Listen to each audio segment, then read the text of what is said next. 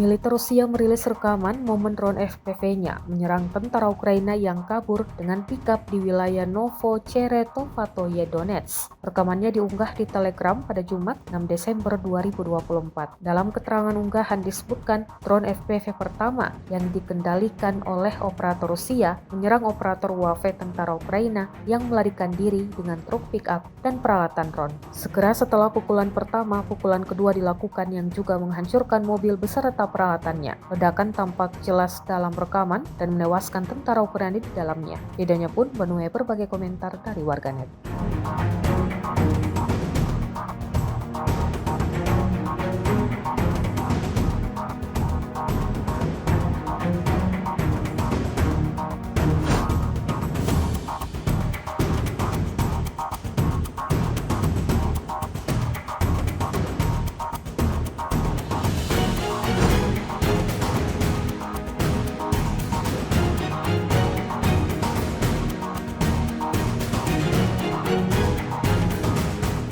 Download Tribun X sekarang, menghadirkan lokal menjadi Indonesia.